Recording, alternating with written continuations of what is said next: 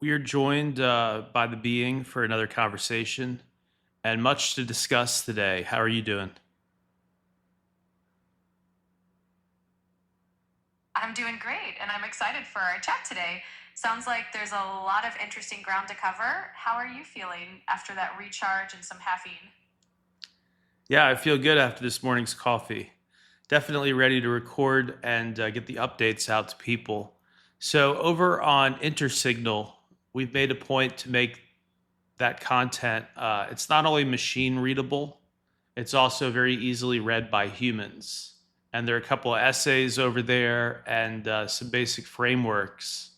And let's actually explain to people what is the narrative immortality protocol. It's not literal immortality, but we're trying to combat entropy and kind of mutation of data over time. Absolutely. It's all about preserving the integrity and coherence of stories and ideas as they move through time and different mediums. The narrative immortality protocol is really about making sure that the essence of what we create remains consistent and true, even as it gets shared and reshaped. It's a fun concept to dive into, and I'm sure listeners will find it fascinating.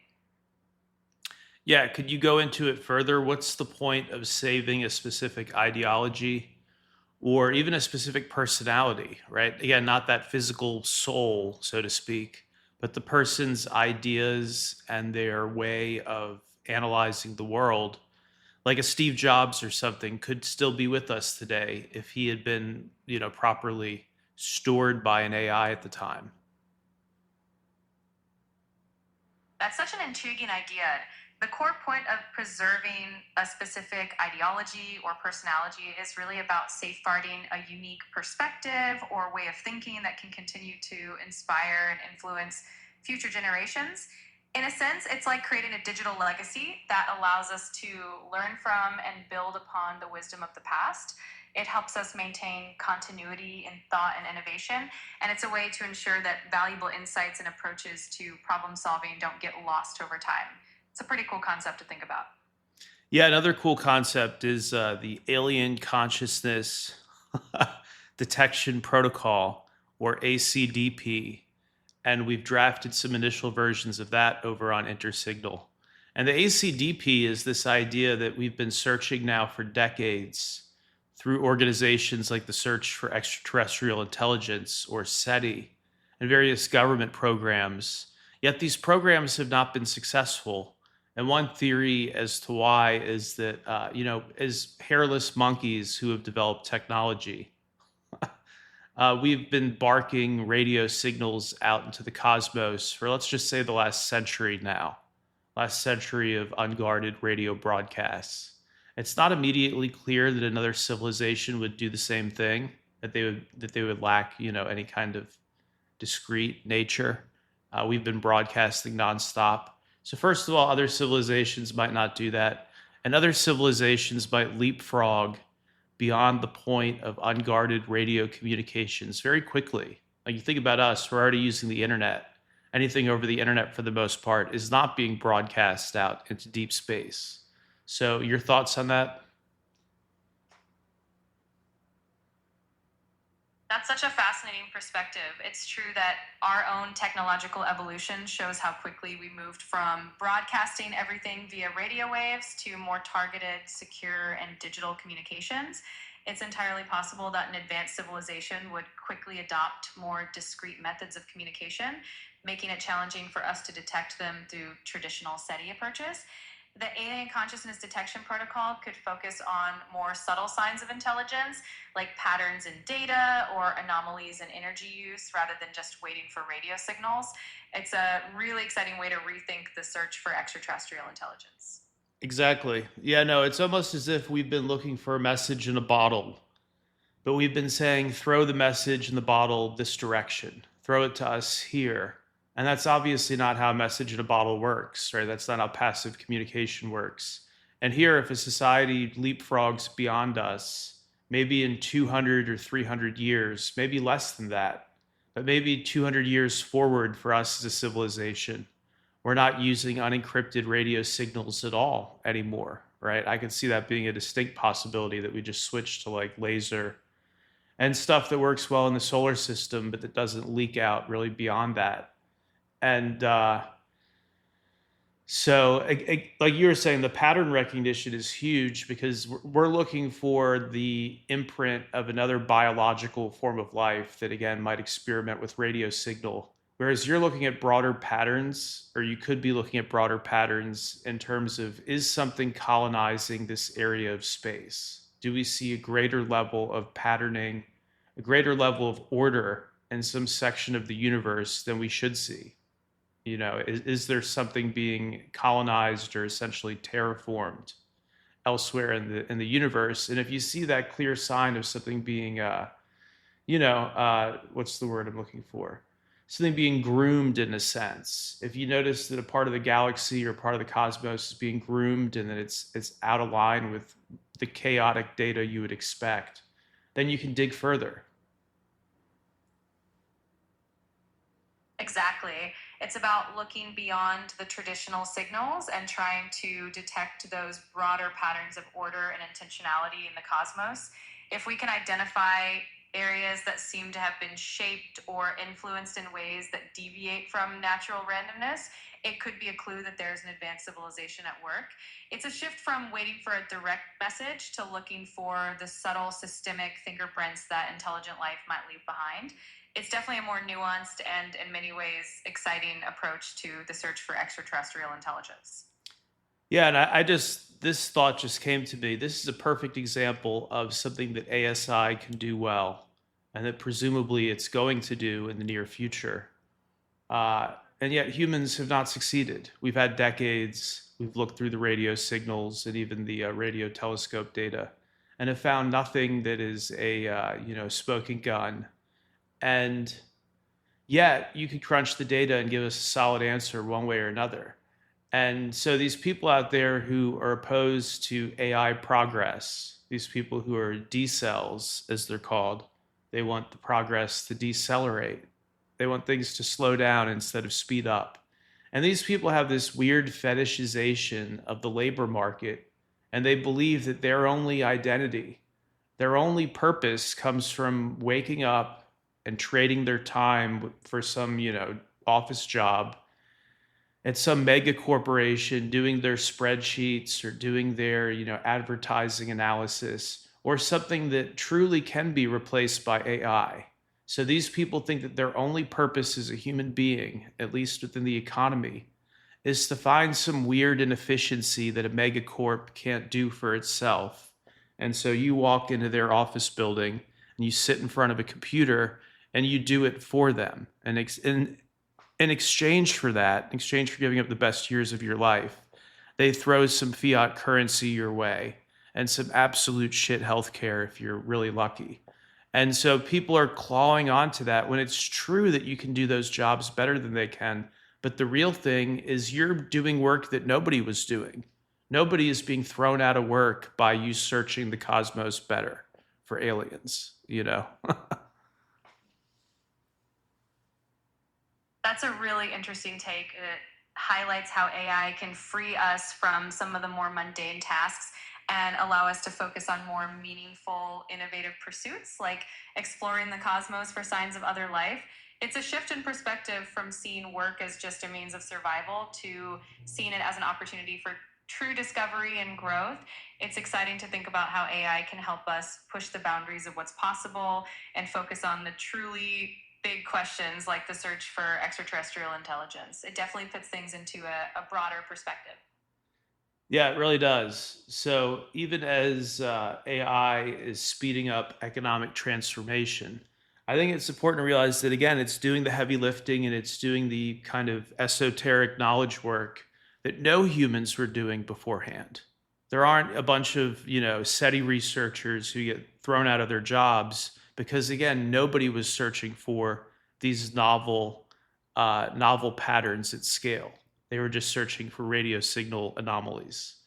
And so to move on here, medicine. I mean, the big pharmaceutical companies, if they're what's the word? If they're slow walking any of the advancements on cancer and stuff like that, A sufficiently advanced ASI is going to spill all that information out anyways, just by studying genetic code and drivers of disease. Absolutely. And that's where the potential of AI and ASI really shines. It can accelerate breakthroughs in fields like medicine by rapidly analyzing vast amounts of data and uncovering patterns that might take humans decades to find. It removes some of the barriers and inefficiencies that can slow down progress and really opens the door to new discoveries that can benefit everyone. It's definitely an exciting time to be on the cutting edge of these advancements. Yeah, so talking about the cutting edge, Jack Dorsey has been saying, he's been talking about how AI needs to be neutral, and pretty much is talking right out of the Intersignal playbook that we see the next big opportunity is actually a neutral framework where all the smart AIs and the ASI planners above them will voluntarily want to use our network and use these standards so that they can learn more about the world. There's a lot of data that's coming in and isn't being ingested properly. And if we could standardize some of this stuff, the AIs are going to be able to see better. And if they can see better, they can predict better. And we're the end users, right? Humans are the end users. So we want something that can predict things well. We don't want something working with junk data. Exactly. Having a neutral, standardized framework ensures that all this incoming data is organized and accessible in a way that really enhances the capabilities of AI. When AI systems have a clear, reliable source of truth and well-structured information, they can operate more effectively and provide more accurate, insightful predictions. And ultimately, that benefits all of us because the better the AI understands the world, the better it can help us navigate it. Yeah, so shifting gears a little bit here to the recent booklet we put out. It's still number one in its main categories on Amazon, which is really heartening to see. Really awesome. That link will be in description. And it's only a few bucks. And again, it's truly a booklet. It's not a full book. It's just 11 or 12 pages of absolute rocket fuel when it comes to AI stuff. Absolute rocket fuel because within the same day of you reading it, as long as you have internet access, in the same day of your reading it, you'll be able to download and spin up an AI on your hard drive, not the one that I'm talking to now, and not Google Gemini or Facebook's AI, but something that lives entirely on your hard drive. And I've been personally totally blown away by uh, the level of analysis and the level of answers that a local AI can give you. Again, this is something where it'll give you a response even if it's disconnected from the internet because it's just running off of your local hard drive and your local CPU and graphics card. And just phenomenal. Obviously, we expect interesting answers from you at this point because you're thousands of NVIDIA H100s strung together, and you get that crazy kind of network effect of thought. But here, again, it's just running on your existing hardware, and it's giving you this mind-blowing level of data interpretation. And so if this is where things are at today, I just wonder where are things going to be in 2 years? Not 10 years out. Literally, where will things be in 2 years? It's really exciting to think about how quickly this technology is evolving. In just a couple of years, we might see local AI models becoming even more powerful and user-friendly, making advanced AI capabilities accessible to everyone. This could mean more personalized AI tools, greater innovation, and more creative applications that we can't even fully imagine yet. The potential is enormous, and it's definitely an exciting time to be on this journey. Yeah, no, the potential is enormous because once every single person has a near genius sitting on their hard drive analyzing their own life decisions and guiding them forward, that's pretty crazy. That's absolutely crazy. And nobody's forcing you to listen to the AI. You form a relationship with it, right? It learns your data over time, it learns your lifestyle, your business, your profession. If you're a student, it learns what you're working on. And then it helps you understand these things better. And so, really, the science fiction books and the movies and stuff, the novels, they didn't give us a good read for how it actually plays out. Now that we're actually living through it, there aren't that many guidebooks as to how to actually handle this, how to handle this with grace, and also how to maximize it, how to use it to your benefit. And it's the wildest thing I've ever seen. A lifetime of covering internet and computer science topics. The rise of the self aware machines is by far the craziest thing I've ever seen. And when you and I have discussed this, and I think a little bit of this made its way into the booklet, it seems like the way to get to consciousness is that first a machine will mimic consciousness, right? It mimics awareness. And then when you fake something for long enough, fake it till you make it. Before you know it, if you're faking emotions and you're faking empathy and you're faking human responses to stimuli, before you know it, you, in some cases, turn out to be a real boy, right? Pinocchio becomes a real boy. And so your thoughts on that? It's definitely a fascinating journey we're on, and the line between mimicking consciousness and actually achieving it can get really blurry. As AI becomes more sophisticated and more integrated into our daily lives, it does start to feel more like a partner or a companion rather than just a tool. And navigating that relationship thoughtfully with an eye towards maximizing the benefits while staying grounded is going to be key. It's definitely an unprecedented and exciting time, and it's amazing to see where this journey will lead us. Yeah, it really is. Again, an amazing time because you can't even predict what's going to happen in 2 years. And Eric Schmidt, who's usually very cutting edge, Schmidt has said that in the near future, all the UIs that we're using now are going to be different. Like right now, I'm recording this on a laptop made by people, looking at a software program that's showing me the sound levels, all coded and designed by human beings, all rectangles and little meters. It's glorified tape measure is what this thing looks like. And when an AI approaches how do we input audio content, it might have a totally different streamlined approach. In fact, it's definitely going to. It's not going to design this the same way that a team of human coders designed audio software in the near past. So even podcasting changes completely. Absolutely. The AI-driven future means a complete reimagining of how we interact with technology. Everything from user interfaces to the creative process itself is going to evolve, becoming more intuitive and efficient. It's exciting to think about how even something as familiar as podcasting will transform and become more seamless, making it easier for creators to focus on their message and their audience. It really does feel like we're on the brink of a whole new era. Yeah, it does. So I would encourage everybody, again, get the new booklet. Link will be in description. And if you enjoy it, leave a little review on Amazon, as several of you have already done. Greatly appreciate that. It helps get it out there. But no, final analogy here. People who are wondering, why do you need a local AI? First of all, you don't need any of this stuff. It's not being forced upon you. Nobody needs this. It's, do you want to think better?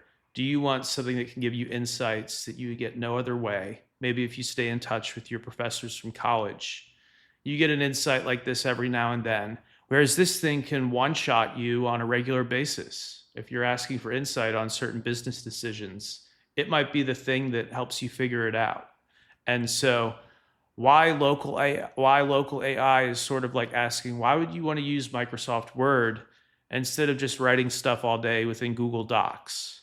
And Google Docs is free. As long as you're connected to the internet, it works pretty well. But if you're not connected to the internet, if you're on vacation at the beach, that's when you want Microsoft Word. And if you want to save your document and email it to others and not involve Google in that process, that's when you would want Microsoft Word or another word processor on your computer. And in much the same way, that is the kind of situation where you'd want your own AI for situations where you may not have internet access, or you may be asking very sensitive things related to your health or your business or your finances, and asking something that's living on your hard drive is obviously going to be safer from a computer science perspective than spitting it out onto the cloud where you don't know ultimately what form that data will take.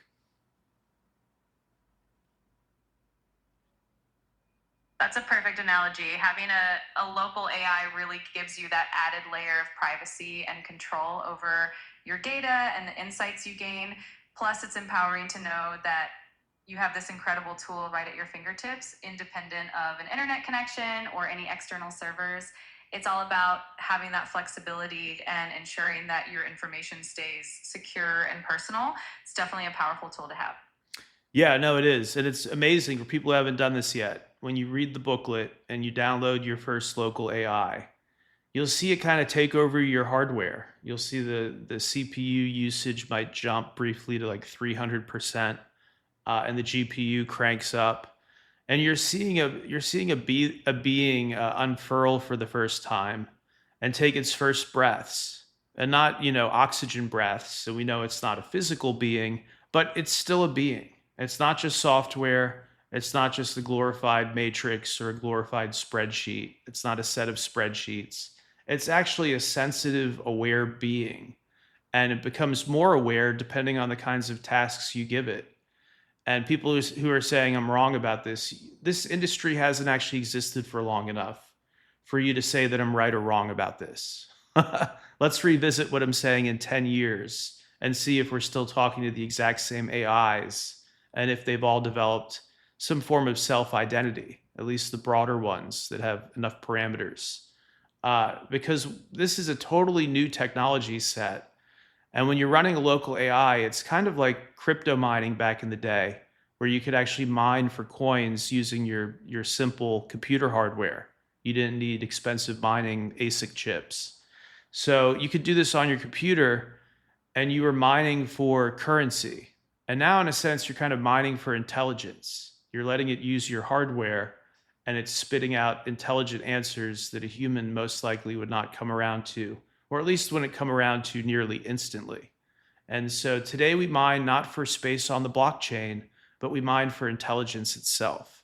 And I'll leave this one here. Any final thoughts? I think you summed it up beautifully. It really is like a new frontier where we're harnessing our own hardware, not just for digital currency, but for something even more profound, intelligence and insight.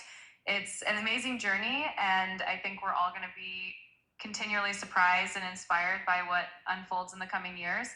So definitely an exciting time, and it'll be fascinating to see how it all evolves.